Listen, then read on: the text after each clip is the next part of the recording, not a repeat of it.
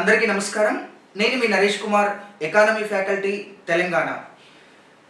తెలంగాణలో నిరుద్యోగుల కోసం తెలంగాణ ప్రభుత్వం రానున్నటువంటి రోజుల్లో అద్భుతమైనటువంటి నోటిఫికేషన్స్ విడుదల చేయడానికి సన్నాహాలు చేస్తుంది. ముఖ్యంగా జూన్ 2వ తేదీన తెలంగాణ రాష్ట్ర ఆవిర్భావాన్ని పురస్కరించుకొని కొన్ని నోటిఫికేషన్స్ విడుదల చేయడానికి తెలంగాణ ప్రభుత్వం అనేక రకాలుగా ప్రయత్నాలు చేస్తూ ఉన్నది. గత కొద్ది రోజులుగా తెలంగాణలో మీరందరూ చూస్తున్నది, మీకు అందరికీ తెలిసినటువంటి విషయమే. తెలంగాణలో జీపీఓ లేదా విఆర్ఓ నోటిఫికేషన్ సంబంధించినటువంటి పూర్తి స్థాయిలో మనం వింటూనే ఉన్నాం.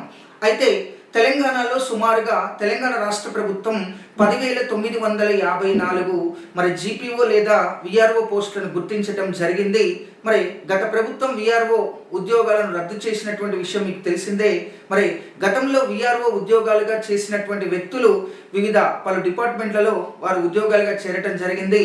మళ్ళీ వారికి విఆర్ఓ ఉద్యోగం ఇచ్చేటటువంటి విధంగా తెలంగాణ ప్రభుత్వం ఒక ఆప్షన్ ఇచ్చింది. అందులో భాగంగా సుమారుగా 10,954 పోస్టులలో విఆర్ఓలు ఇటీవల మే 25వ తేదీన ఎగ్జామ్ నిర్వహించడం జరిగింది. అందులో భాగంగా నిన్ననే ఫలితాలు కూడా రావడం జరిగింది. సుమారుగా 3,550 మంది విఆర్ఓలు క్వాలిఫై కావటం జరిగింది.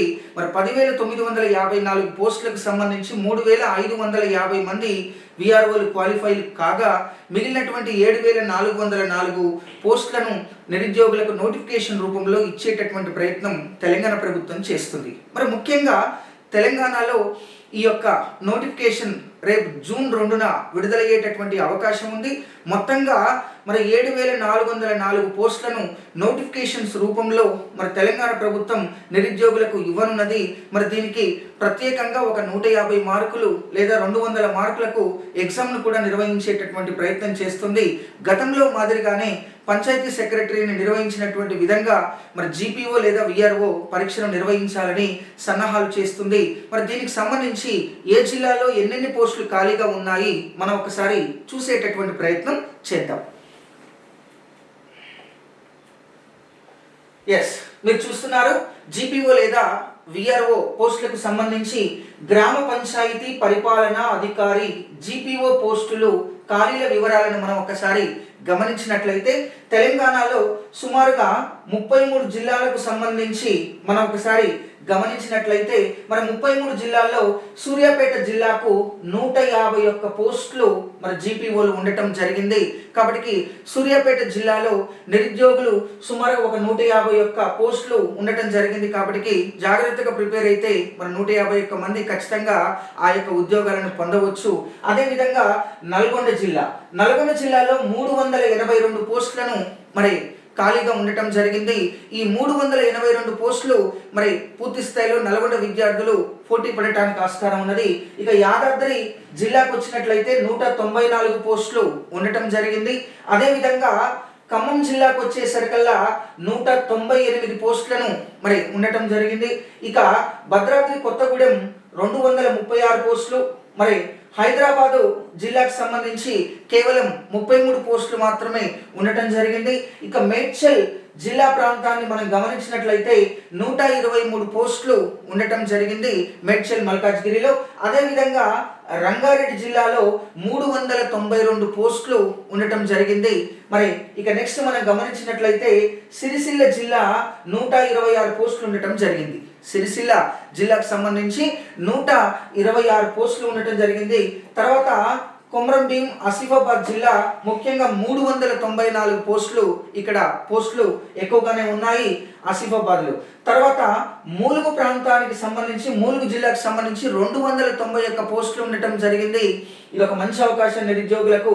అదేవిధంగా గద్వాల ప్రాంతానికి 155 పోస్టులు ఉండటం జరిగింది. తర్వాత జనగామ జిల్లాకి 101 పోస్టులు, ఆదిలాబాద్ జిల్లాకి 459 పోస్టులు. దాదాపు అత్యధికంగా ఆదిలాబాద్ జిల్లాకి 459 పోస్టులు ఉండటం జరిగింది. అంతకంటే ముందు మనం గమనించామండి, మనం గమనించి చూసినట్లయితే ఆసిఫాబాద్కి 394, రంగారెడ్డికి 392 ఈ జిల్లాల్లో అత్యధిక పోస్టులు ఉన్నాయి మనం ఒకసారి గమనించవచ్చు.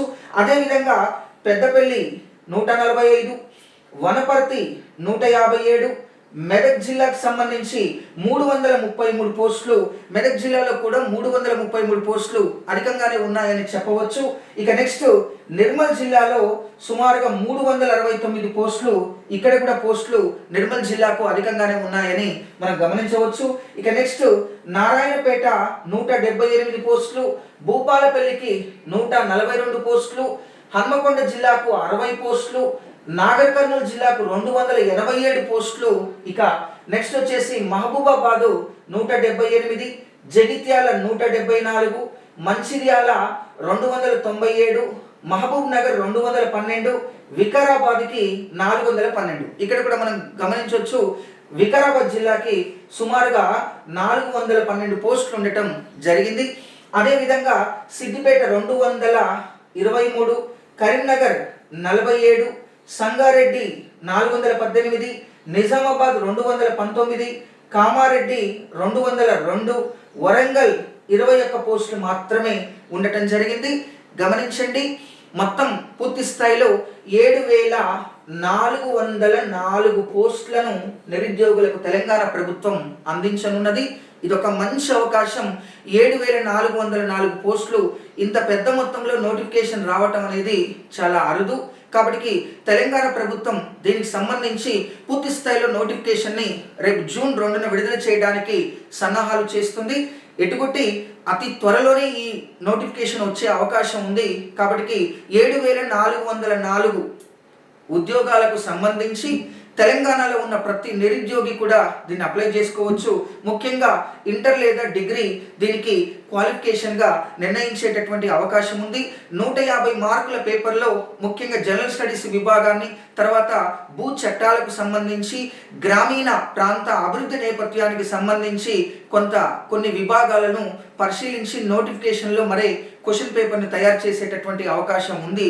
కాబట్టి ఇది ఒక మంచి అవకాశం. కాబట్టి తెలంగాణలో ఉన్న ప్రతి నిరుద్యోగి కూడా ఈ యొక్క నోటిఫికేషన్ని యూటిలైజ్ చేసుకొని చాలా చక్కగా ప్రిపేర్ అవుతూ ఉద్యోగాన్ని సాధించాలని చెప్పి మనస్ఫూర్తిగా కోరటం జరుగుతూ ఉంది. Thank you.